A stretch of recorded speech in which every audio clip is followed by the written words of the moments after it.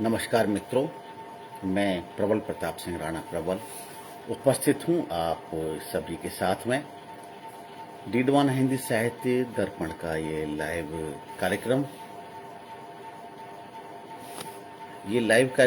हम प्रारंभ कर रहे हैं और हमारा मंगलवार को और शुक्रवार को और शनिवार को 3 लाइव कार्यक्रम हमारे होते हैं और तीनों लाइव कार्यक्रमों को आज कात्यायनी पूर्णिमा शर्मा जी का लाइव हम लोगों ने प्लान किया था, लेकिन कुछ टेक्निकल ग्लिच की वजह से वो लाइव संभव नहीं हो पाया। और जब वो लाइव संभव नहीं हुआ तो मैंने सोचा कि मैं आप सबके सम्मुख आज कुछ प्रस्तुति दूं।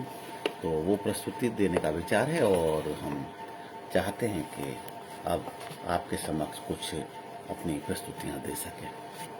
तो सबसे पहले माँ सरस्वती की वंदना और माँ सरस्वती की वंदना प्रस्तुत करेंगे। उसके पश्चात आप सभी जुड़ते हैं। मनीषा आर्या जी हमारे साथ जुड़ी हुई हैं, कन्हैयालाल भ्रमर जी हमारे साथ जुड़े हैं, बहुत बहुत स्वागत है आपका। और माँ भारती हमें भी ज्ञान की सौगात दे दो, माँ भारती हमें भी ज्ञान की सौगात दे दो, अशिक्षा और मूर्खता से हमें निजात दे दो, अशिक्षा और मूर्खता से हमें निजात दे दो। निश्चित रूप से हम जब बात करते हैं तो सभी साथियों की बात करते हैं सभी साहित्यकारों की। और ये सिर्फ ज्ञान का जो मंदिर है, इस ज्ञान के मंदिर के अधिष्ठात्री माँ भारती से ये निवेदन करते हैं कि आप हम सबको एक ऐसा भाव दें जिस भाव से हम अपने ज्ञान के साथ साथ और साहित्य का सम्मान बचा के रख सकें। तुम्हारे अंश हैं सब कहते हैं माता, तुम्हारे अंश हैं सब कहते हैं माता, तुम्हारी ही छत्र छाया में रहते हैं माता, तुम्हारी ही छत्र छाया में रहते हैं माता। हमारी अशिक्षा की रात्रि सी है, हमारी अशिक्षा की रात्रि सी है, इसे प्रभात दे दो, माँ भारती हमें भी ज्ञान की सौगात दे दो, माँ भारती हमें भी ज्ञान की सौगात दे दो। और आगे बढ़ेंगे। शुभ्रवसना माँ तुम्हारी छवि निराली, शुभ्रवसना माँ तुम्हारी छवि निराली, तुम्हारी आराधना हमने अब तो निभा ली। शुभ्रवसना माँ तुम्हारी छवि निराली, तुम्हारी आराधना हमने अब तो निभा ली। सृजन कर सकें हे माता ऐसी शक्ति अज्ञात दे दो, सृजन कर सकें हे माता ऐसी शक्ति अज्ञात दे दो, माँ भारती हमें भी ज्ञान की सौगात दे दो, माँ भारती हमें भी ज्ञान की सौगात दे दो। निश्चित रूप से ज्ञान की सौगात मांगना हम यही है। सौगात का मतलब ये होता है कि हम जो कर रहे हैं उससे अधिक भेंट मिल जाए, और ये इच्छा हमेशा होती है। और सामान्य जन की तरह से, एक नागरिक की तरह से, एक मनुष्य की तरह से हमेशा इच्छा रहती है हम जो कर रहे हैं उसका पूरा पूरा फल मिल जाए। लेकिन ईश्वर तो हम जो करते हैं उससे अधिक फल देने का प्रयास करता है। वही सौगात मांगते हैं कि माँ भारती हमें भी ज्ञान की सौगात दे दो। कालिदास तुम्हारी कृपा से महाकवि बन गए, कालिदास तुम्हारी कृपा से महाकवि बन गए, हम जैसे हजारों तुम्हारे सेवक भी कवि बन गए, हम जैसे हजारों तुम्हारे सेवक भी कवि बन गए। तुम्हारे गोद में ही विश्राम हो ऐसी रात दे दो, तुम्हारी गोद में ही विश्राम हो ऐसी रात दे दो, माँ भारती हमें भी ज्ञान की सौगात दे दो, माँ भारती हमें भी ज्ञान की सौगात दे दो। निश्चित रूप से ज्ञान की सौगात की जब बात करते हैं तो माँ भारती की कृपा, माँ सरस्वती की कृपा हमेशा ही मिलती है। कभी संभव नहीं है कि आपको कृपा न मिले भगवान की, और भगवान की कृपा से ही हम हमेशा हमेशा अपने कार्यों को संपादित करते रहते हैं और अपने जीवन को आगे बढ़ाते रहते हैं। इसमें कोई भी दो राय नहीं। और ये निश्चित रूप से एक ऐसा कार्य है कि माँ की आराधना कर कर, ईश्वर की आराधना कर कर आप अपने जीवन को सफल बना सकते हैं। कलम है हमारी मन के भाव लिख जाएं, और हमारी इच्छा है। हमारे साथ प्रबोध गोविल जी हैं, बालूलाल वर्मा जी हैं, अवधेश कुमार अवधेश जी हैं, पद्म मुख पांडा जी हैं, सभी का धन्यवाद करते हैं। इसके अलावा मनीषा आर्या जी भी लगातार हमारे साथ देख रही है। छोटू सुन प्रजापति जी हमारे साथ हैं, मधु प्रधान जी आदरणीय हमारे साथ हैं। कलम है हमारी मन के भाव लिख जाएं, कलम है हमारी मन के भाव लिख जाएं, तुम्ही आपकी कृपा हो, तुम्हारी कृपा हो तो गरीबों के भाव लिख जाएं, तुम्हारी कृपा हो तो गरीबों के भाव लिख जाएं। अपने भाव तो व्यक्ति रचनाकार हमेशा लिखता रहता है, लेकिन कामना हमारी यही है कि हे माँ, हमारी कलम से गरीबों के भाव यदि लिखे जाएं तो शायद अच्छा होगा और अच्छी बातें, और उनके कष्टों को लिखेंगे तो कष्टों पर ध्यान जाएगा, कष्टों का निराकरण भी होगा। तो कलम है हमारी, मन के भाव लिख जाएं, तुम्हारी कृपा हो तो गरीबों का अभाव लिख जाएं। अब नीचता कम हो, अब नीचता कम हो, समरसता बढ़े ऐसी जात दे दो। अब नीचता कम हो, समरसता बढ़े ऐसी जात दे दो। माँ भारती हमें भी ज्ञान की सौगात दे दो, ज्ञान की सौगात दे दो। और अंतिम पद निवेदन माँ से कि पल पल मेरी मेधा तेरी कृपा पाएगी, पल पल मेरी मेधा तेरी कृपा पाएगी। लेखन क्षमता मेरी दिन प्रति बढ़ जाएगी, पल पल मेरी मेधा तेरी कृपा पाएगी। लेखन क्षमता मेरी प्रतिदिन बढ़ जाएगी, और शब्दों वाक्यों छंदों की मुझको माँ बरसात दे दो। छंदों वाक्यों शब्दों की माँ मुझे बरसात दे दो। माँ भारती हमें भी ज्ञान की सौगात दे दो। अशिक्षा और मूर्खता से हमें निजात दे दो, अशिक्षा और मूर्खता से हमें निजात दे दो, निजात दे दो। और अपनी कुछ रचनाएं प्रस्तुत करना चाहूँगा। कुछ रचनाएं आध्यात्मिक होंगी और कुछ रचनाएं संभवतया निश्चित रूप से, और जो कि आज का जो सामाजिक विषय होते हैं उन सामाजिक विषयों पर ही होगी। तो उन सामाजिक विषयों की भी चर्चा करेंगे। आधे घंटे का लाइव ही हम करेंगे करीब करीब, और इस लाइव में अपनी कुछ रचनाएं प्रस्तुत करना चाहेंगे। और जब एक रचना के मीत मेरे मन के हमराही बन जाओ, शीर्षक है मनमीत। तो मनमीत से कोई क्या प्रार्थना कर सकता है? तो मीत मेरे मन के अब हमराही बन जाओ, चार कदम मेरे साथ में चल जाओ, चार कदम मेरे साथ में चल जाओ। मीत मेरे मन के अब हमराही बन जाओ।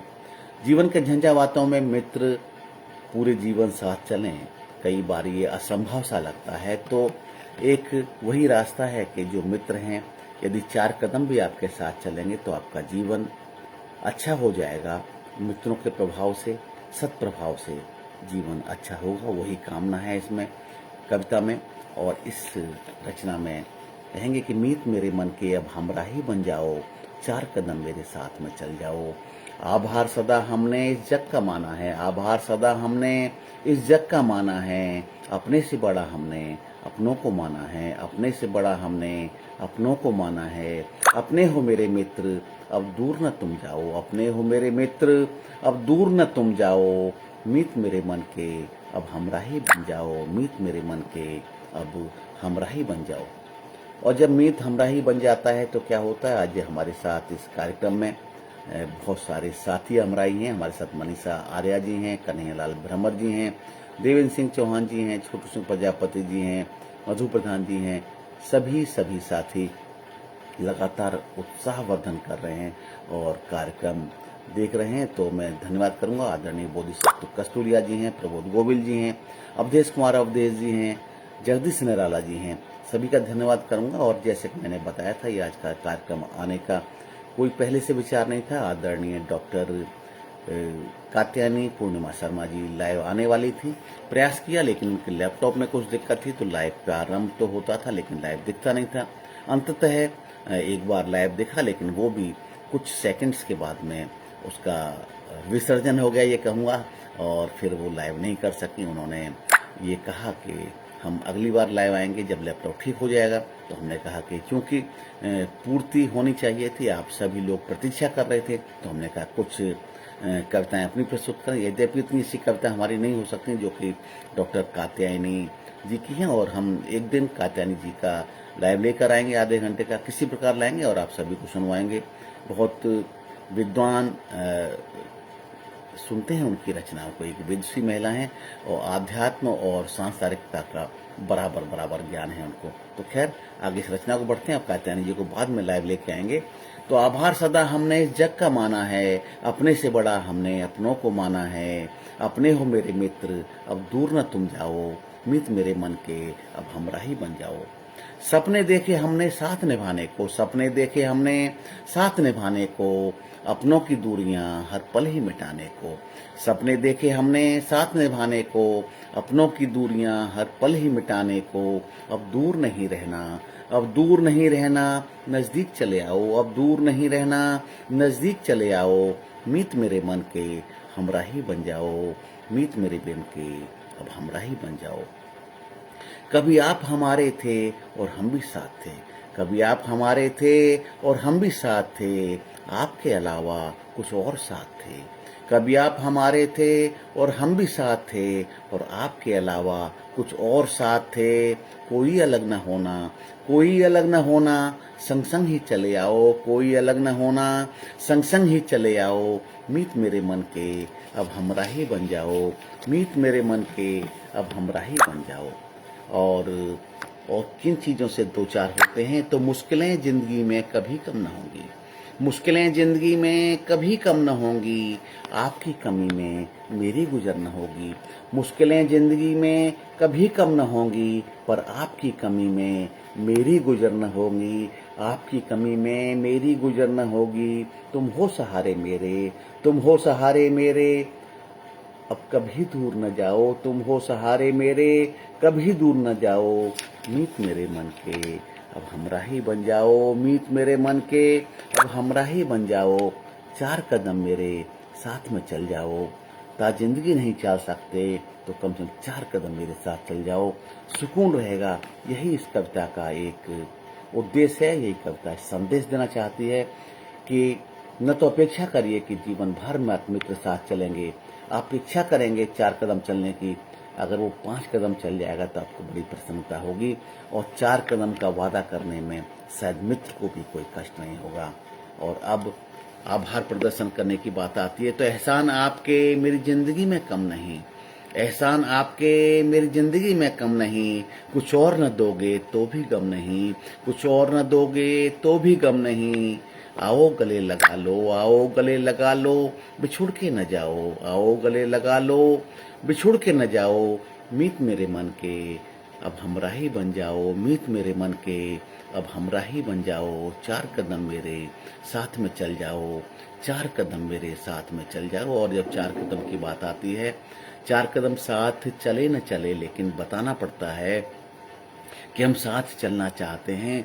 और अंतिम चेतावनी अंतिम पद में कि प्रिय मित्र साथ तेरे हम चलते रहे हैं, प्रिय मित्र साथ तेरे हम चलते रहे हैं, सामना दुखों का संग संग करते रहे हैं। प्रिय मित्र साथ तेरे हम चलते रहे हैं, सामना दुखों का संग संग करते रहे हैं। वक्त है बड़ा तंग दिल, वक्त सब कुछ भुला देता है, वक्त कई बार ऐसा रास्ता दिखा देता है। तो यही कहते हैं कि वक्त कब बदल जाए पता नहीं। तो प्रिय मित्र साथ तेरे हम चलते रहे हैं, सामना दुखों का संग संग करते रहे हैं। वक्त है बड़ा संग दिल, वक्त है बड़ा संग दिल, इसकी गलियों में न जाओ। वक्त है बड़ा संग दिल, इसकी गलियों में न जाओ। मीत मेरे मन के अब हमरा ही बन जाओ, 4 कदम मेरे साथ में चल जाओ, 4 कदम मेरे साथ में चल जाओ। मित्रों के लिए बात ये, और मित्रों के लिए रचना लिखी, और मित्रों से इतना ही निवेदन होता है। अवधेश कुमार अवधेश जी हमारे साथ हैं, बोधिसत्व कस्तूरिया जी हमारे साथ हैं, रंजना जोशी जी हमारे साथ हैं, जगदीश नरराज जी हमारे साथ हैं, छोटू सिंह प्रजापति जी हैं, देवेंद्र सिंह चौहान सुरेश जी हैं, मनीषा आर्या जी हैं, और कन्हैयालाल भ्रमर जी हमारे साथ हैं। तो सभी का धन्यवाद करते हैं, आभार करते हैं। कुछ साथियों का नाम संभवतः हम देख नहीं पा रहे हैं, तो उनसे क्षमा प्रार्थी हैं। कार्यक्रम के पश्चात हम उनके संदेशों का भी उत्तर देने का प्रयास करेंगे, आभार भी प्रकट करेंगे, और इतनी देर जो साथ में रहे उसके लिए आभारी तो हम रहेंगे ही रहेंगे। तो हम आगे बढ़ते हैं, और आगे बढ़ के अगली रचना प्रस्तुत करना चाहेंगे, और अगली रचना प्रस्तुत करेंगे हम। भगवान से प्रार्थना करते हैं कि हमारे जीवन में आप कैसे प्रभाव डालते हैं और प्रभाव डालने का हम निवेदन भी आपसे करते हैं। और यद्यपि हम जीवन को किस प्रकार से जीते हैं, लेकिन फिर भी हमेशा इच्छा रहती है कि हमारे जीवन का महत्वपूर्ण अंग श्री राम हो, ईश्वर हो। काम हमें जीवन में सारे करने हैं। यदि जन्म दिया है प्रभु ने तो हमें संसार के सारे कार्य करने हैं, लेकिन उसके केंद्र बिंदु में यदि भगवान होंगे, आध्यात्म होगा, श्री राम होंगे तो निश्चित रूप से जीवन हमारा सफल होगा। तो इसी की रचना है कि मेरे राम मेरे जीवन में रम जाओ, मेरे राम मेरे जीवन में रम जाओ, इस भाग दौड़ की दुनिया में एक पल थम जाओ। मेरे राम मेरे जीवन में रम जाओ, इस भाग दौड़ की दुनिया में एक पल थम जाओ, एक पल थम जाओ, रुक जाओ और राम मेरे साथ आ जाओ। और मैं स्वयं से भी कहता हूँ कि हे प्रबल, थम जाओ और राम को थामने का प्रयास करो। हम निवेदन राम से करते हैं कि आप एक पल रुक जाओ, हम आपके दर्शन कर सकें, हम आपको मिल सकें, आपके सानिध्य में रह सकें। आपके ही अंश हैं, लेकिन कैसा करेंगे? करेंगे वही जिस कार्य के लिए आपने हमको भेजा है। तो कहेंगे कि भेजा हमको धरती पे जीवन देकर, भेजा हमको धरती पर जीवन देकर, हम आए अपने प्रारब्ध सभी लेकर। भेजा हमको धरती पे जीवन देकर, हम आए अपने प्रारब्ध सभी लेकर, हम आए अपने प्रारब्ध सभी लेकर। जन जन्मांतरों के प्रारब्ध लेकर आते हैं, उनका फल भोगते हैं और प्रयास करते हैं जीवन को जीने का। तो भेजा हमको धरती पे जीवन देकर, हम आए अपने प्रारब्ध सभी लेकर। माथे पे हमारे प्रभु हाथ रख जाओ, माथे पे प्रभु हमारे हाथ रख जाओ। मेरे राम मेरे जीवन में रम जाओ, मेरे राम मेरे जीवन में रम जाओ। पूरे संसार में आपकी आवश्यकता है, कण कण में आप विराजमान हैं। यही चाहता हूँ कि जब कभी मेरे जीवन में कुछ भी आपदा आए तो मुझे लगे राम मेरे साथ हैं, और जब कभी मैं अनियंत्रित हूँ तो मुझे लगे राम मेरे साथ में, मैं अनियंत्रित नहीं हो सकता हूँ। मुझे नियंत्रण में रहना है, भावनाओं के नियंत्रण में रहना है, और जो भी राम दे रहे हैं उसको वैसे ही स्वीकार करना है। तो माँ सीता जैसी माँ ने जन्म दे दिया, माँ सीता जैसी माँ ने जन्म दे दिया, तुम जैसे पालक पिता ने पालन कर लिया। माँ सीता जैसी माँ ने जन्म दे दिया, तुम जैसे पालक पिता ने पालन कर दिया। और पालक पिता का मतलब यह है आप सारे जगत का पालन करते हैं और सारे जगत के साथ साथ अपने बालकों का भी पालन करते हैं। ये दोनों उदाहरण मैंने इसीलिए दिए कि माँ सीता ने जन्म दिया, तो माँ सीता ने जन्म देने के पश्चात अपने पुत्रों की सेवा लालन पालन किया, और लालन पालन करने के बाद भी पिता की आवश्यकता इतनी अधिक थी कि माँ सीता ने समझौता किया। माँ सीता ने अपने कोई गुरूर को पीछे रखकर, अपने सम्मान को पीछे रखकर और लव कुश को भगवान श्री राम को समर्पित किया, श्री राम को समर्पित करने का प्रयास किया। यद्यपि अपना अस्तित्व मिटा लिया। ऐसे ही माता पिता ने मुझे जन्म दिया, और पिता ने भी जिन पुत्रों को साथ नहीं रख पाए थे उनको स्वीकार किया, गले से लगाया और अयोध्या का राजा बनाया। तो ऐसे ही माता पिता ने मुझे जन्म दिया। यही बात मैं कहना चाहता हूँ प्रभु से कि माँ सीता जैसी माँ ने जन्म दे दिया, तुम जैसे पालक पिता ने पालन कर दिया। राम सीते की तरह, राम सीते की तरह प्रभु मुझसे निभाओ, राम सीते की तरह प्रभु मुझसे निभाओ। मैं नहीं कहता हूँ आप सिर्फ राम रूप में आए, जैसे राम सीता ने दोनों ने अपने संसार का पालन किया था, ऐसे ही सीताराम मेरा पालन करें और मेरे राम मेरे जीवन में आकर रम जाओ। मेरे राम मेरे जीवन में आकर रम जाओ। मेरे जीवन का हर पल हर कार्य आपसे ही युक्त हो, आपके ही निर्देशन में हो। आगे बढ़ते हैं कि बालपन में बोध था मगर विवेक नहीं, बालपन में बोध था मगर विवेक नहीं। बोध और विवेक में बहुत मामूली सा अंतर है। बोध वही है कि आपको जो देखते हैं उसका ज्ञान होता है, जो ऑब्जर्वेशन होते हैं वो आपका बोध होता है, लेकिन विवेक होता है कि उसके बाद आपको कैसे कार्य करना है, उसको किस प्रकार से आत्मसात करना है। तो बालपन में जो जैसा दिखता है वैसा ही हम स्वीकार कर लेते हैं। तो बालपन में बोध था मगर विवेक नहीं, किशोर हुए हम दुनिया ये देख रही, बालपन में बोध था मगर विवेक नहीं, किशोर हुए हम, ये दुनिया देख रही, उम्र बढ़े मन को संभालें, युक्ति संभव दो। उम्र बढ़े मन को संभालें, युक्ति सम्मत दो, मेरे राम मेरे जीवन में आके रम जाओ और आके रम जाओ। यही कहेंगे कि जब बालपन में बोध होता है, विवेक नहीं होता, जब हम बड़े होते हैं, किशोर होते हैं, तो दुनिया देखती है हमको, हमें वो सब करना पड़ता है जो कि दुनिया चाहती है। तो हम चाहते हैं उम्र बढ़े हमारी तो हम ऐसा संभालें अपने को, ऐसी युक्ति दीजिए हे भगवान, ऐसी युक्ति संभव हो ऐसी दीजिए। यही निवेदन है, पूरे जीवन को हम आत्मसात करने के लिए निवेदन करते हैं।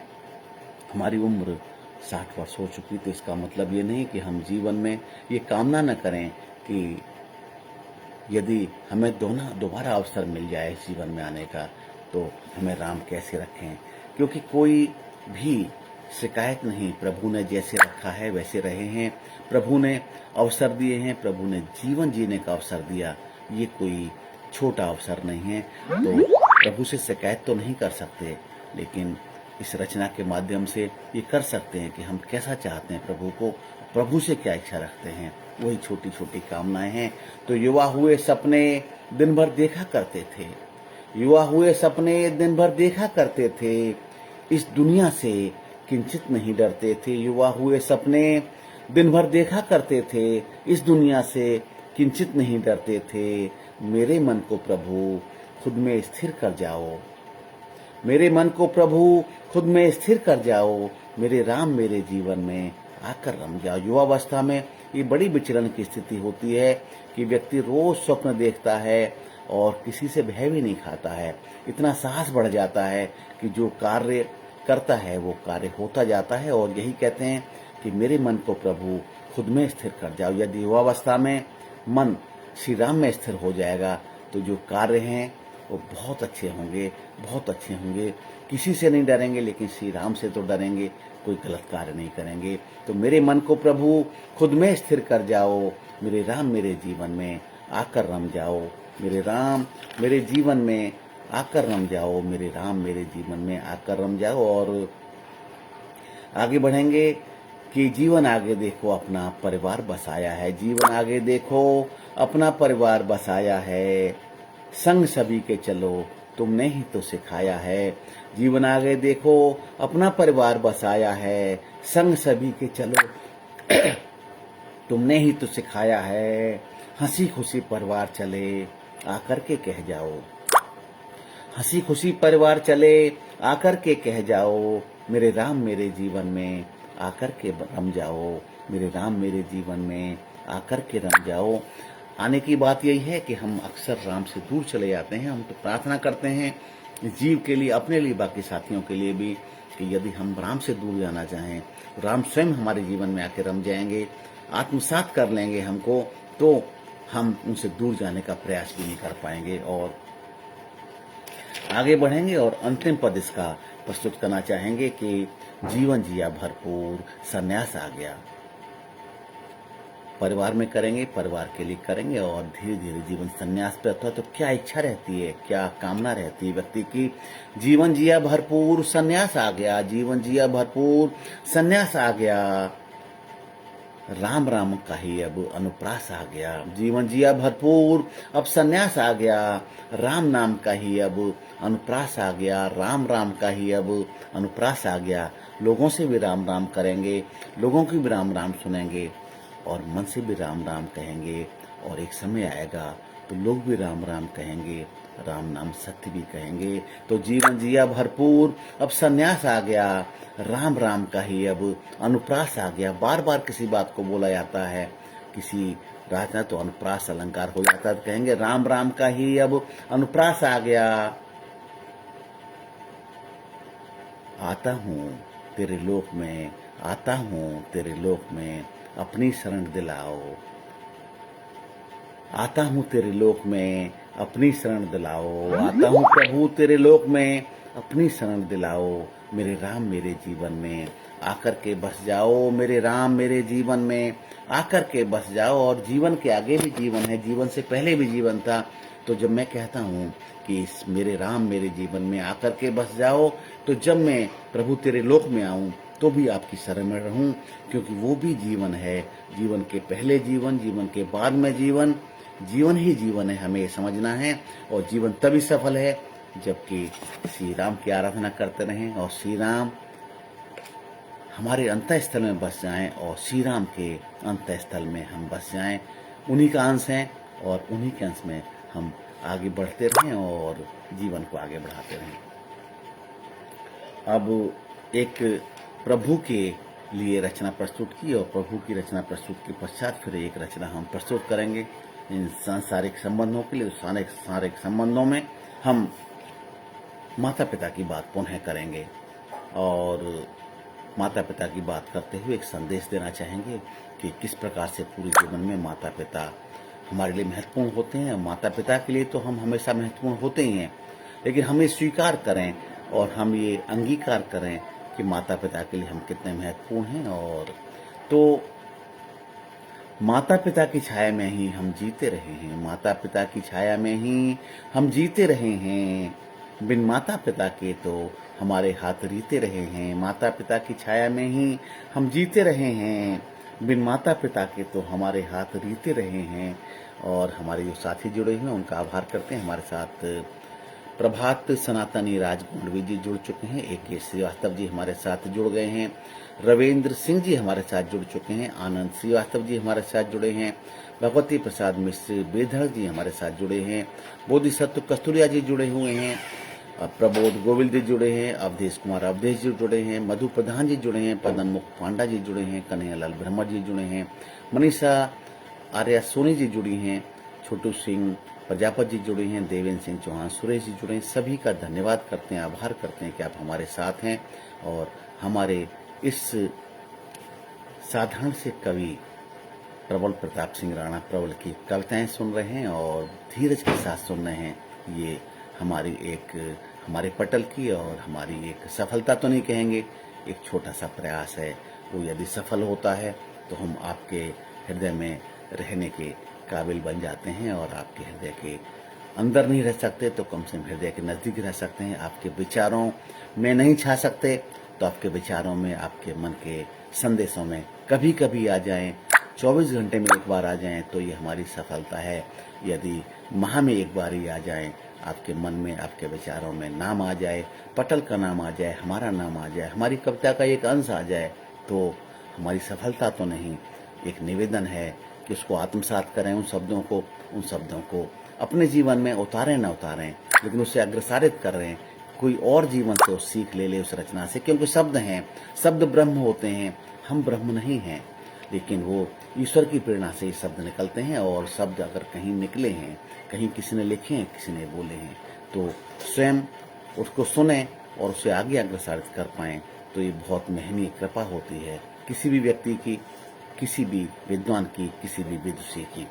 तो रचना को आगे बढ़ाता हूँ कि माता पिता की छाया में ही हम जीते रहे हैं, बिन माता पिता के तो हमारे हाथ रीते रहे हैं, हमारे हाथ रीते रहे।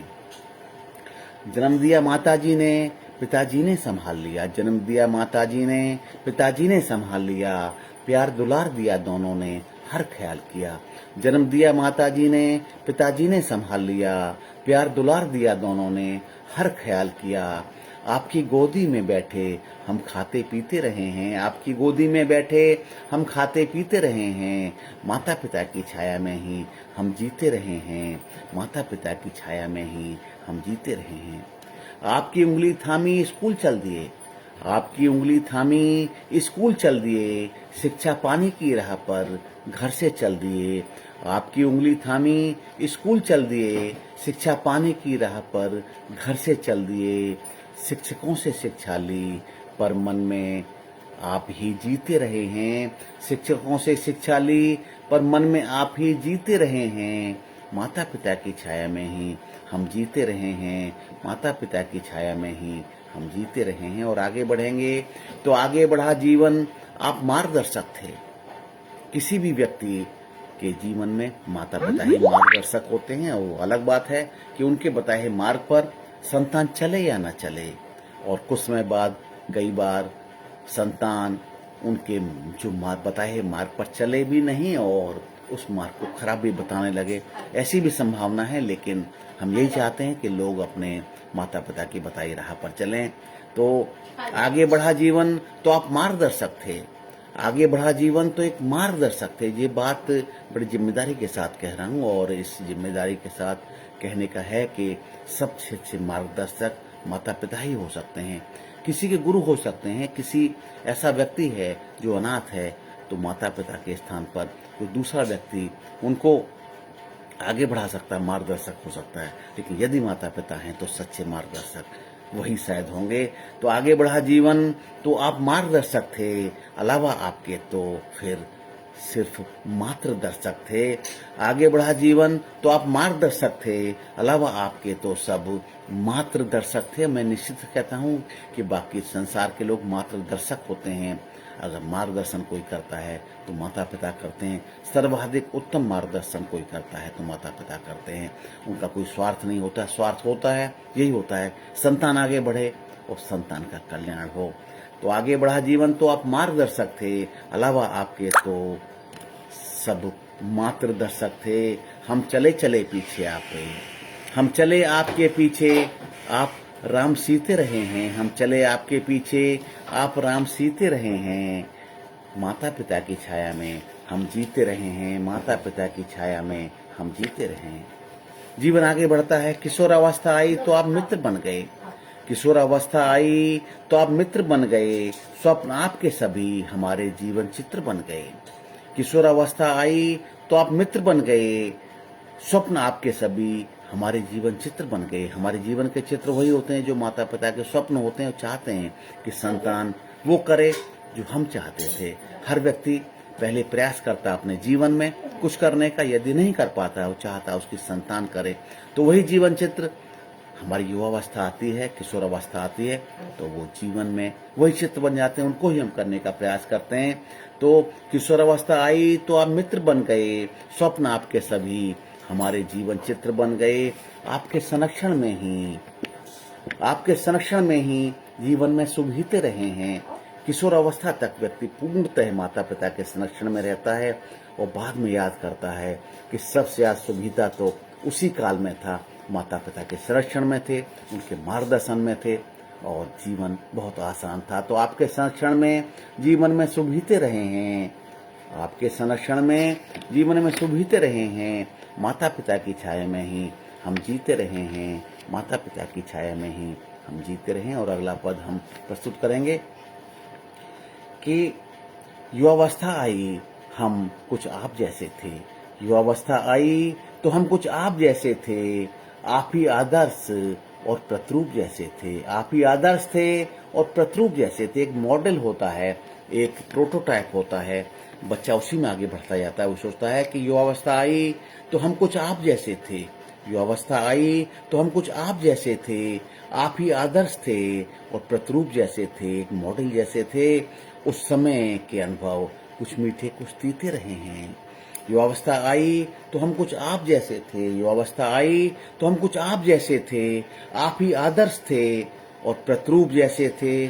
उस समय के अनुभव कुछ मीठे कुछ तीते रहे हैं। निश्चित रूप से कुछ तीखे भी होते हैं, मीठे भी होते हैं। युवावस्था में व्यक्ति कई बार अपनी चलाने लगता है, माता पिता के मार्गदर्शन को अनदेखा करने लगता है। तो उस वक्त कुछ कड़ाई की जाती है, कुछ और निर्देश दिए जाते हैं, वो कई बार तीखे भी लगते हैं, तीते भी लगते हैं। लेकिन उसी मिठास के साथ में जो आज महसूस होती है कि युवावस्था में जो जो बातें बड़ों ने कही थी, बातें बड़ी तर्क संगत थी, यदि वो शत प्रतिशत मान ली जाती तो जीवन में शायद और भी अधिक उन्नति कर पाते। जो युवावस्था आई हम कुछ आप जैसे थे, आप ही आदर्श थे, कुछ प्रतिरूप जैसे थे। उस समय के अनुभव कुछ मीठे कुछ तीते रहे हैं, उस समय के अनुभव कुछ मीठे कुछ तीते रहे हैं। माता पिता की छाया में ही हम जीते रहे हैं, हम जीते रहे हैं। अंतिम पद प्रस्तुत करना चाहता हूँ बड़ी जिम्मेदारी के साथ में।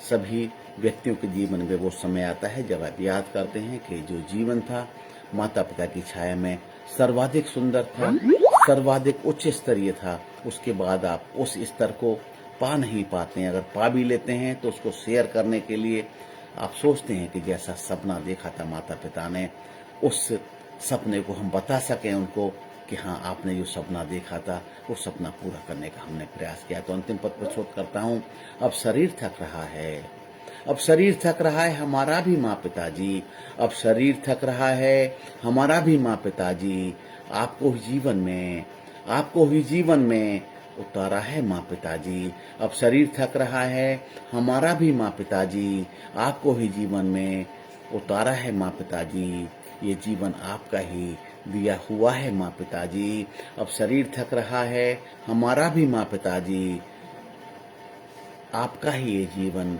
दिया हुआ है माँ पिताजी, आपकी थाती लेकर हम जीते रहे हैं, आपकी ही थाती लेकर हम जीते रहे हैं, आपकी ही थाती लेकर हम जीते ही रहे हैं, माता पिता की छाया में ही हम जीते रहे हैं, बिन माता पिता के तो हमारे हाथ रीते रहे हैं, बिन माता पिता के तो हमारे हाथ रीते रहे हैं, हमारे हाथ रीते रहे हैं। और एक और रचना के साथ समापन करना चाहेंगे। और रचनाओं में आध्यात्म, हमारे जीवन में जितने भी हम सनातनी भाई बहन हैं, सबके जीवन में आध्यात्म होता है, लेकिन हम कई बार उस आध्यात्म को स्वीकार तो करते हैं, लेकिन अंगीकार तो करते हैं, लेकिन उसका प्रदर्शन नहीं करते, उसको समाज के सामने स्वीकार नहीं करते, मन में स्वीकार करते हैं, नित्य जीवन में स्वीकार करते हैं। लेकिन जब आप समाज के साथ स्वीकार नहीं करते हैं तो धीरे धीरे हमारे उस धर्म की, हमारी पद्धति की स्वीकार्यता कम होती जाती है। आप घर में रहते हैं, सुबह पूजा करते हैं, पूरी तरह से वस्त्रों को धारण करते हैं अपनी पसंद के अनुसार और हमारे सनातन धर्म के अनुसार, लेकिन जैसे ही आप घर से बाहर निकलते हैं तो आप सनातनी व्यवहार को, सनातनी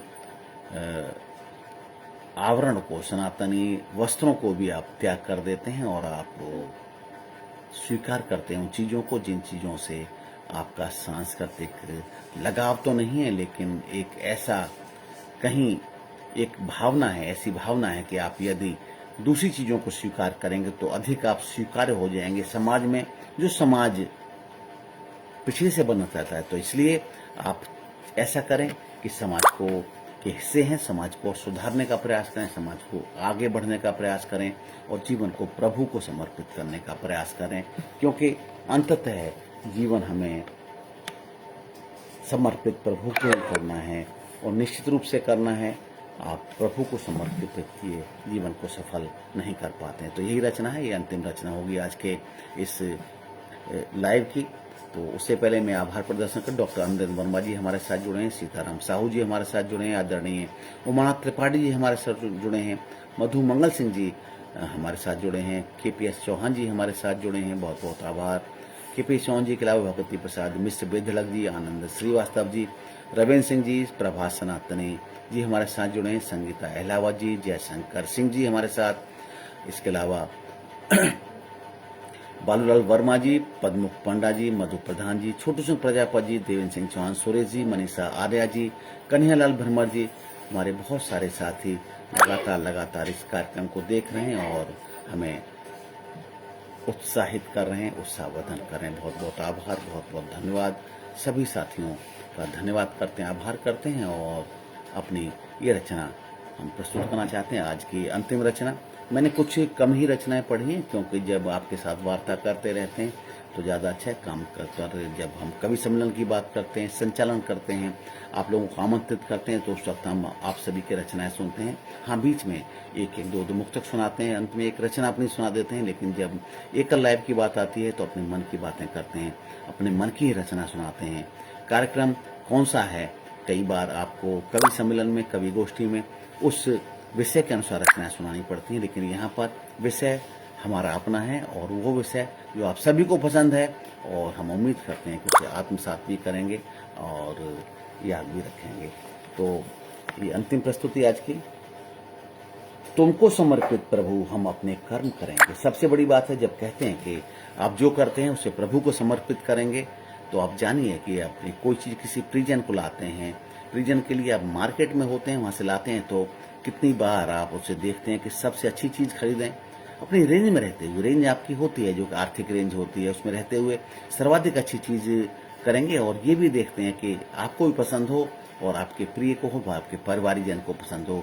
यदि वो आपके माता पिता भी हो सकते हैं, वो आपकी पत्नी हो सकती है, बहन हो सकती है, कोई और रिलेटिव हो सकते हैं और बच्चे भी हो सकते हैं। तो अपनी पसंद का भी ध्यान रखते हैं और आप सामने वाले की पसंद का ध्यान रखते हैं। तो जब आप अपने कर्म जो संचित करेंगे और प्रभु को समर्पित करेंगे, तो निश्चित रूप से जो समर्पित करेंगे उत्कृष्ट ही समर्पित करेंगे, जो आपको भी पसंद हो और प्रभु को भी पसंद हो। इसी थीम पर ये रचना है कि तुमको समर्पित प्रभु हम अपने कर्म करेंगे, तुमको समर्पित प्रभु हम अपने कर्म करेंगे, तुमको अर्पित होंगे तो शायद सत्कर्म करेंगे। तुमको समर्पित प्रभु हम अपने कर्म करेंगे, ये संकल्प कर लेंगे तो, और तुमको समर्पित होंगे तो शायद सत्कर्म करेंगे। दुष्कर्म क्यों करेंगे? तो सारे कर्म आपको समर्पित हैं और आपको तो अच्छे कर्म ही अच्छे लगते हैं, तो हम सत्कर्म ही करेंगे, ऐसा हमारा विश्वास है। तुमको समर्पित प्रभु हम अपने कर्म करेंगे, तुमको अर्पित होंगे तो शायद सत्कर्म करेंगे। और क्या करना है हमको? नित्य प्रति पूर्वजों को नमन करना होगा, नित्य प्रति पूर्वजों को नमन करना होगा। काम क्रोध का हमको समन करना होगा, नित्य प्रति पूर्वजों को नमन करना होगा। काम क्रोध का हमको समन करना होगा। माता पिता के आदेशों का पालन कर धर्म करेंगे, माता पिता के आदेशों का पालन कर धर्म करेंगे। तुमको समर्पित प्रभु हम सब अपने कर्म करेंगे, तुमको समर्पित प्रभु हम सब अपने कर्म करेंगे। तुमको अर्पित होंगे तो शायद सत्कर्म करेंगे, शायद सत्कर्म करेंगे। माता पिता का मान हमें सर्वदा बढ़ाना होगा, माता पिता का मान हमें सर्वदा बढ़ाना होगा। आशीष दोनों का निश्चल हमें पाना होगा, माता पिता का मान हमें सर्वदा बढ़ाना होगा। आशीष दोनों का निश्चल हमें पाना होगा। हों धनवान या रहें अकिंचन, हों धनवान या रहें अकिंचन, अपना सेवा कर्म करेंगे। हों धनवान या रहें अकिंचन, अपना सेवा कर्म करेंगे। तुमको समर्पित प्रभु हम सब अपने कर्म करेंगे, तुमको समर्पित प्रभु हम सब अपने कर्म करेंगे, अपने कर्म करेंगे। जीवन आगे बढ़ता है। गुरु गृह जाने पर ही हमको ज्ञान मिलेगा, गुरु गृह जाने पर ही हमको ज्ञान मिलेगा। जिज्ञासा और समर्पण से ही ज्ञान मिलेगा, गुरु गृह जाने पर ही हमको ज्ञान मिलेगा। जिज्ञासा और समर्पण से ही ज्ञान मिलेगा। अपने हर व्यवहार को हम अब गुरु धर्म करेंगे, अपने हर व्यवहार को हम अब गुरु धर्म कहेंगे। तुमको समर्पित प्रभु हम सब अपने कर्म करेंगे, तुमको समर्पित प्रभु हम सब अपने कर्म करेंगे। निश्चित रूप से जब हम निश्चय कर लेंगे तो जीवन कितना उत्तम होता जाएगा। ये दो पदों में आपने देखा। और इससे जब गुरु के पास जाएंगे तो जब गुरु ने ज्ञान दिया उसको गुरु धर्म मान लेंगे, उसी को अपना कर्म बना लेंगे, जीवन कितना उत्तम हो जाएगा। अब माता पिता के आदेशों का पालन करेंगे, फिर माता पिता को मान को रखने के लिए ऐसे कर्म करेंगे, फिर गुरु की बात मानेंगे, तो जीवन कितना अच्छा होगा। उसके बाद जब आगे बढ़ेंगे, गुरु से ज्ञान मिला अब घर परिवार में जाएंगे, गुरु से ज्ञान मिला अब घर परिवार में जाएंगे। अपने सेवा कार्य से समाज सुधार लाएंगे।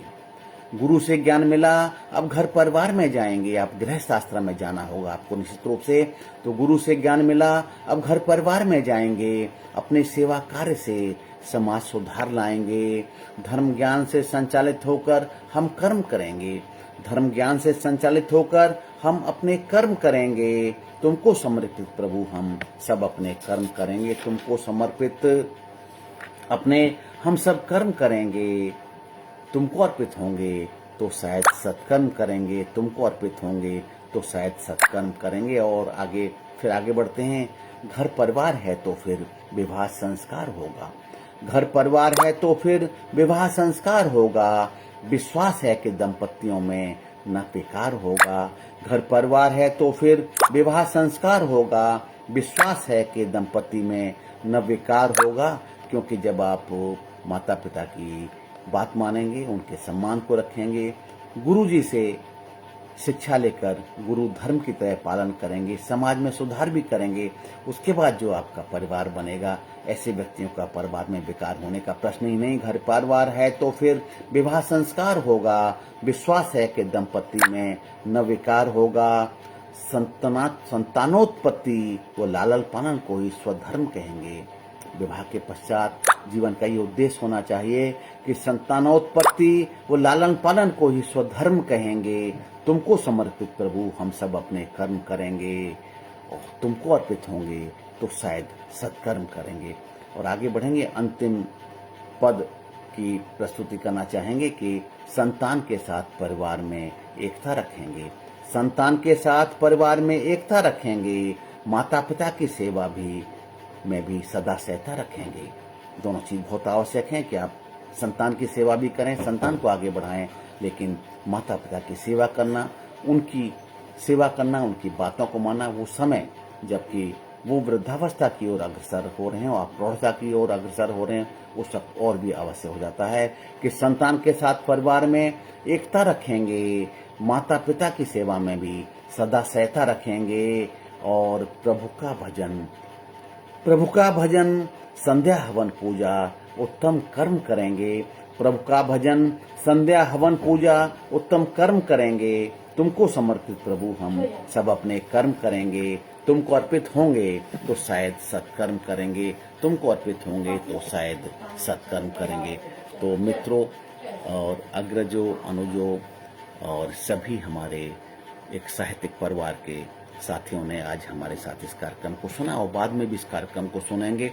तो मैंने अपने जीवन की बातें कही और जो चाहता हूँ अपने जीवन में, जरूर नहीं जितनी बातें सभी का मैं पालन कर पाऊँ, लेकिन जो इच्छाएं हैं, जो कामनाएं हैं, एक अच्छा इंसान बनने की, समाज अच्छा बनाने की, एक अच्छा हम सनातनी जितने हैं, भारत के सनातनी हैं, सभी को अच्छा जीवन देने के लिए स्वयं अच्छा जिएंगे तो समाज भी अच्छा चलेगा। ऐसी कुछ कामनाएं थी मेरी रचनाओं में, तो आप सभी ने सुनी, बहुत बहुत धन्यवाद।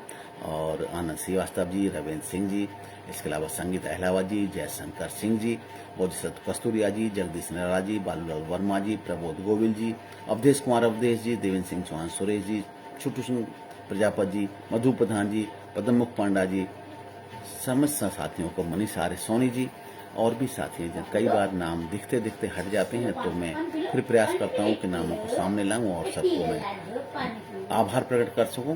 तो मधु मंगल जी, रामदेव राही जी आदरणीय, गुरुदेव हमारे साथ हैं, उमानाथ त्रिपाठी जी हमारे साथ हैं और सभी साथियों का आभार, सभी को प्रणाम, नमस्कार, जय हिंद, जय भारत। रंजना जोशी जी भी साथ में हैं और सभी को एक एक करके मैं प्रणाम करता हूँ, नमस्कार करता हूँ और चाहता हूँ कि आज की जो मेरी प्रस्तुति है इसे एक बार फिर सुनने का प्रयास करें। यदि आपको दो शब्द भी अच्छे लगें, उसे जीवन में आत्मसात करें, उसे अग्रसारित करें, किसी और ऐसे व्यक्ति को उन शब्दों को, उन रचनाओं को प्रेषित करें जिससे कि उनको भी कोई शिक्षा मिल सके। जब आप कहते हैं कि ये मेरे जीवन की बात है तो कई बार आपकी बात लोग मानते नहीं है, उसका अनुसरण नहीं करते, लेकिन जब आप बताते हैं कि ये किसी और के जीवन की बात है, किसी और की इच्छा है, इसको मैं पूरा करने का प्रयास कर रहा हूँ, आप भी पूरा कर सकते हैं, तो शायद समाज इन्हीं बातों से सुधरता है।